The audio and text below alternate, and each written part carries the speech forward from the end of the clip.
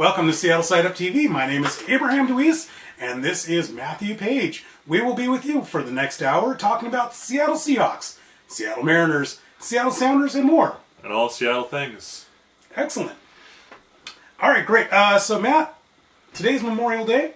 The Mariners just finished a game and won. Surprised? Yes, I am really surprised. They're still 2 games below 500 right now, but they won the first game against Tampa Bay Devil Rays. Well, what do we have, a 3-game season? Or a 3-game? We have a 3-game series. Series, okay. And who went on the mound today?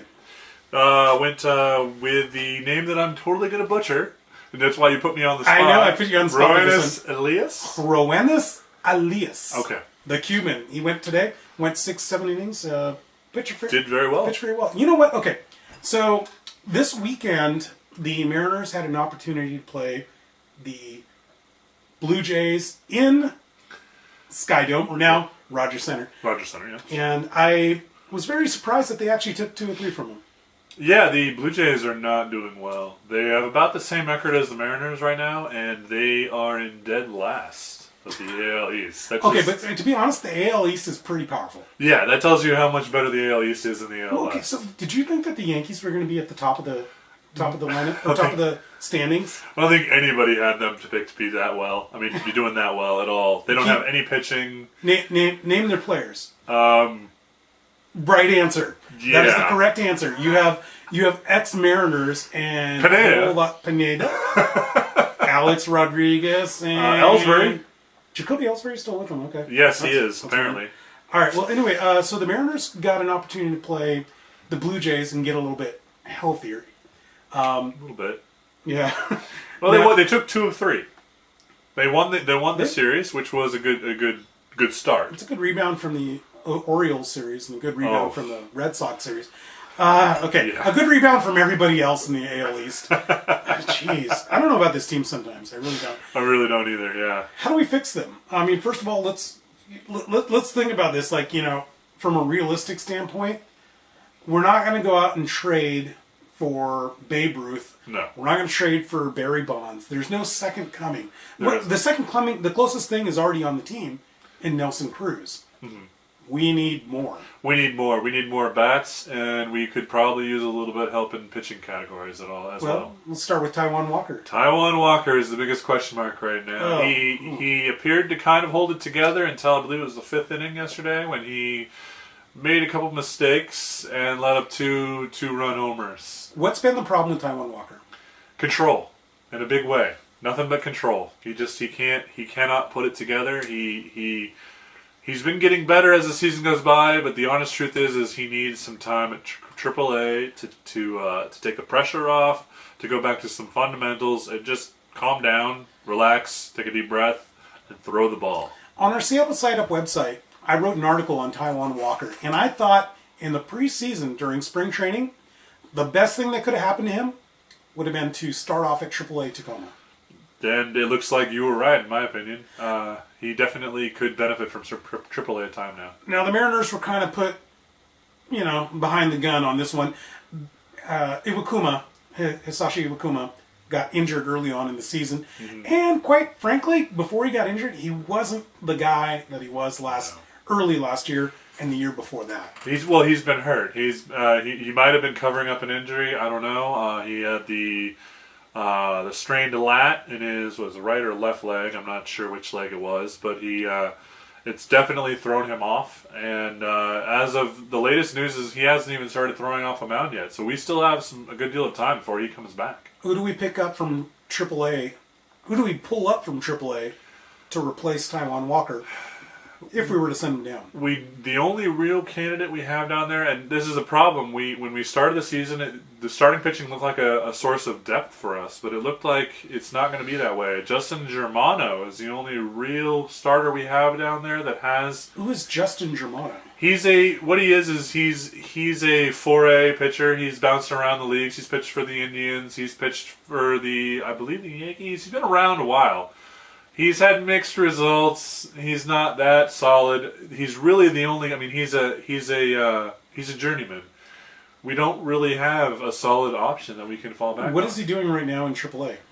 AAA right now. Statistically, he's won a couple. He's won a couple games. He about the 3 ERA. His K to walk ratio is very favorable.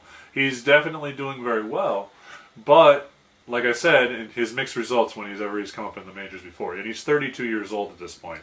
So there's no long-term. There isn't a potential fix there. there. Really. Okay, this is just a stopgap. He's a journeyman. But that's about all we need, because Taijuan Walker, the expectation would be put him down there, get his confidence back, work on whatever mechanical failures he has. Yeah. Get that fixed for at the end of this season, next season. Maybe this guy can fill in. Maybe you can step in, yeah. Now, the Mariners just played the Toronto Blue Jays. I think one of the few things that Jack Zarenzik did right was we got rid of Michael Saunders and got Jay Happ. Okay. Jay Happ has been very impressive. I'm a big fan of this guy. Yes, he definitely has. That is one trade that has definitely worked out in our favor. And I'm very happy with him. So, he's filled in very well. He's almost like a third pitcher. Third, fourth type pitcher. So we're running with Felix Hernandez. We're running with would you call Paxton? Pax, yeah. The number 2, Pax. You call him the Canadian. The cool Canadian. The cool Canadian. That's a good nickname. Yeah. I kind of like that. I like that one, yeah. Okay, so the cool Canadian, number 2. You run with Jay Happ as your 3/4. What's your 4th and 5th? Who are your 4th and 5th starters on this team? Roenis Elias. Okay. He's you know what? All he's done is he's gone out and he's consistently proven that he can throw the ball for us and get about a 3.5 ERA and eat up innings for us. And that's what we need from a number 4 starter or number 5 starter. That's what you need. So Taijuan Walker has been having problems, but I don't think it's really the starting lineup or the starting pitching that is the problem. I feel like it is the bullpen that's the problem. The bullpen, we have had some rough spots. Farquhar, terrible. Danny Farquhar. Why do you hate Farquhar? Because I know. I hate him for the same reasons you hate him. Tell the listeners out there. Tell the viewers out there. He just blows it. He blows it time and again. He used to be that guy that we could count on, and somewhere along the line, he's lost the confidence or lost whatever he had. Can we stop pretending, by the way, that Rodney is a closer? He's not. He's not a closer. He's not a closer. This is a management crew. I'm talking about Lloyd McClendon. I'm talking about the bullpen coach. I'm talking about Jack Zarenzik, the general manager. I'm talking about the ownership and anybody who believes in Fernando Rodney. This is a failure on their part. They're a slave to the stat, and that stat is called the save. The save. It's an invented stat. It's not real. It doesn't matter in any way. It can be, closers can be invented. There are the exceptions to the rule. Eckersley, Hoffman, Mariano Rivera. There have been those that transcended the position and made Hall of Fame cases for themselves. But in general, a closer can be completely invented. One closer is no different than the other closers. Absolutely. There's the few that are really great. Mm-hmm. There's a bunch that are terrible. Yeah. And then there's just other guys. Uh-huh. And why are we plunking down... What is it, $5 million, $6 million for Fernando Rodney? Well, this is the last year of his 2-year contract. Good. So I don't anticipate us paying for him next year. In fact, I really hope what we do is we hand the ball to Carson Smith, who has been incredible as a rookie this year for us. You want to know what irritates me, though, is that we got rid of a guy that could have been the closer, in my opinion. And that's Yorvis Medina. Medina, yes. But I know we got... Castillo, we got Wellington Castillo from the Cubs to be a backup catcher, and that's good. You need a backup catcher, and you need a good one. But I thought Yorvis Medina was a guy that could come back up.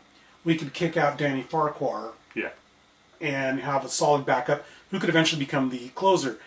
Why isn't Wilhelmsen? Why isn't the bartender Tom Wilhelmsen being given a shot for closing? Quite frankly, the reason is we're paying Fernando Rodney, $6 million a year to be our closer. So we're not just a slave. We're overvaluing the stat. We're not just a slave to the stat. We're a slave to the contract. Well.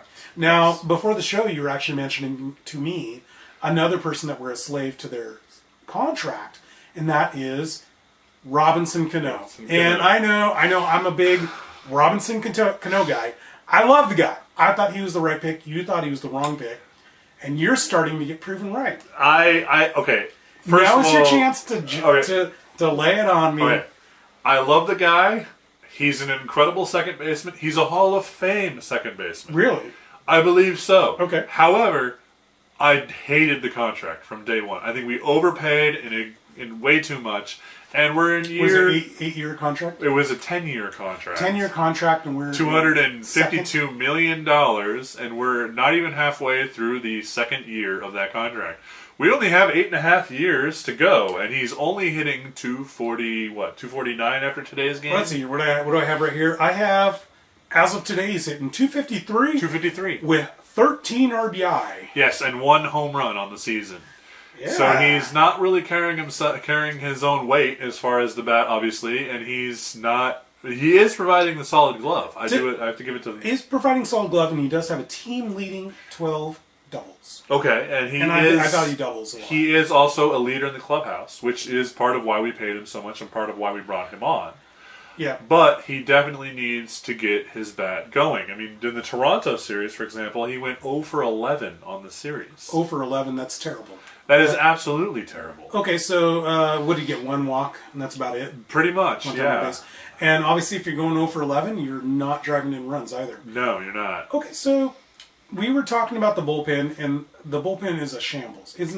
It's utter crap. I apologize. I shouldn't be using that word. I was trying to find a better synonym, right? Yeah. But no, it's terrible. It's shambles. It's very poor. Putting it politely as possible. Yeah. But I was thinking about the starting lineup. I don't think Lloyd McClendon is using the offensive players, the hitting lineup, properly. No, he's too focused on lefties versus righties and righties versus lefties and so forth. He's ignoring defense completely, and there are some decisions that just kind of make you wonder. Like what? For example, the last game against Toronto, so yesterday, that would be Sunday's game against Toronto, he had Robinson Cano at DH, which would be kind of a good idea to try and give Robinson Cano a break, to try to focus on hitting and maybe break him out of his slump. Yeah. However, he put Brad Miller at second, and he threw, was it Rickie Weeks out in left field? He threw Rickie Weeks in left and he field. had Willie Bloomquist in right field. So there were some very questionable decisions there. Yes. Bloomquist doesn't have the speed, the arm, the range. No. He's never played right field. Why not put Bloomquist at second where he has played?